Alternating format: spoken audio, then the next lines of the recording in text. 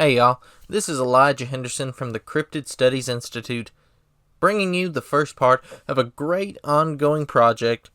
One of the greatest books that I've ever had the privilege of reading was a book of short but allegedly true stories of some of the strangest people and events ever witnessed by human eyes.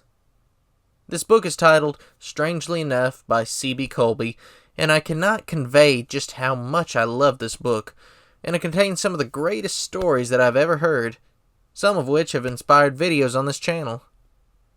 But as far as I can tell, there's never been an effort made to create a complete audio recording of the book. Inside of Strangely Enough, you will find tales of true and mysterious disappearances, peculiar hauntings, and even stories of what seem to be types of shapeshifters or skinwalkers.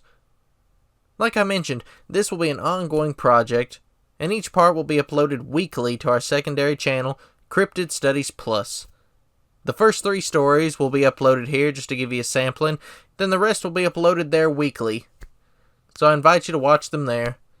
And without any further rambling on my part, please enjoy C.B. Colby's Strangely Enough.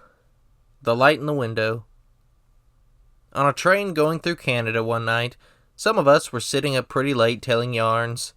One of the chaps in the party told this story. A friend of his who lived in Ontario became fascinated with an old painting he saw in a dingy little store. The picture was of a castle on a hilltop. The scene was dark and gloomy, and every window in the castle was dark except for a small one high in a stone tower. The man wondered why anyone would paint a castle with a light in just one window. Was there a story behind it?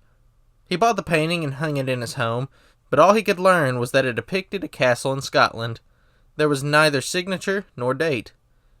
One day, as he was cleaning the painting, he found a few Latin words in a corner.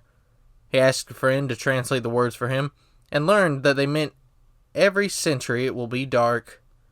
But this inscription made little sense to either of them, and so it was soon forgotten. The painting hung in the man's home for many years, and his children took pleasure in speculating about why the window was lighted and who had lived up there in the tower.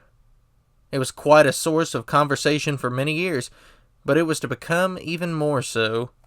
One evening, the owner of the painting was telling some guests about how he had acquired it, and all the questions surrounding its background and meaning.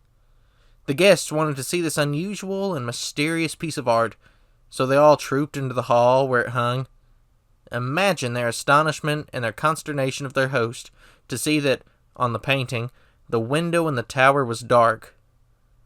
They examined the painting and were further astonished to see that the black paint on the once light yellow window was as old and cracked as the paint on the rest of the picture.